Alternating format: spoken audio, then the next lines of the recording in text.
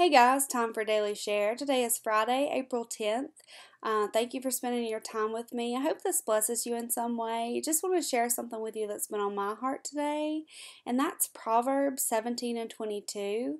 And it says, "A merry heart doeth good like a medicine, but a broken spirit drieth the bones." And it's so true. A broken spirit does dry the bones. When you're in a broken place and you just can't see any way out, you can't see anything good about your situation or what you're going through, you just can't, seem to find anything good going on. You really are in such a broken place and it sucks the life out of you. All your energy and everything that you have goes into figuring out that situation or, focusing on that situation or that circumstance or whatever it is that's happened to you. And you just really, can't be who God created you to be when you're in that place because all your energy is going elsewhere. And I was thinking on, for a long time I was in that place where I just couldn't be myself. I just didn't feel like me anymore because so much of me was being sucked out into my circumstances and my situation.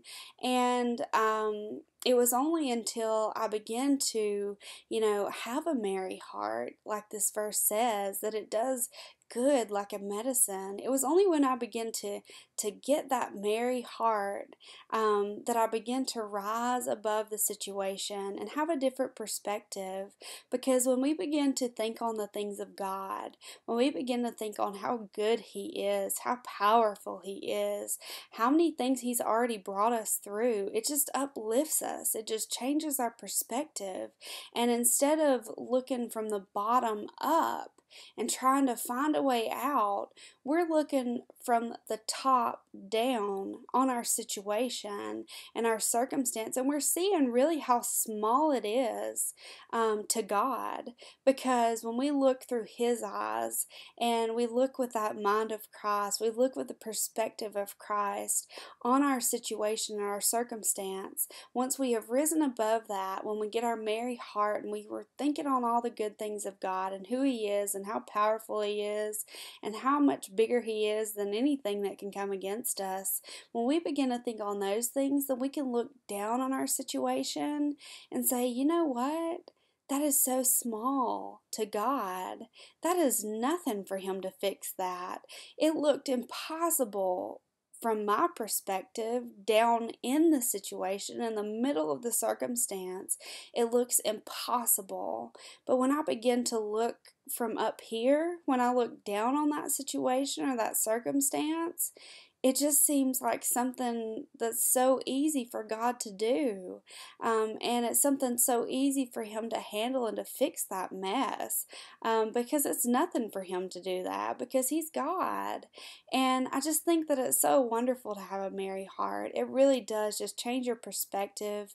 It just lets you rise above those broken places and just to see, from God's perspective, that nothing is too hard for Him. Nothing is too big for Him, and from where He's looking, things are so small. And even though they appear so large to us when we're surrounded by them, just remember they're so small to Him. He can fix them so easily. If we just take time to think on who He is and we remember those times He's already brought us through something, if He'll do it once, He'll do it again. If He brought you through the last thing, He'll bring you through this thing. When we begin to think on that and begin to think all the times that the enemies tried to destroy us before, but He was defeated. When He tried to pull us away from God, it drew us closer to God. And when we begin to think on those things, it just uplifts us. It just gives us that merry heart. And it really is so good for us. It's so good. It works like a medicine. It helps us to get through that and to get over that hill, over that mountain, whatever it is in your life. I just encourage you to keep a merry heart through that. Just to look from a higher perspective on your situation and your circumstance, and you'll be able to maintain that merry heart when you see that it's nothing in comparison to what God can do. And I hope this has blessed you and encouraged you in some way today. And so until tomorrow, just remember I am praying for you and be blessed.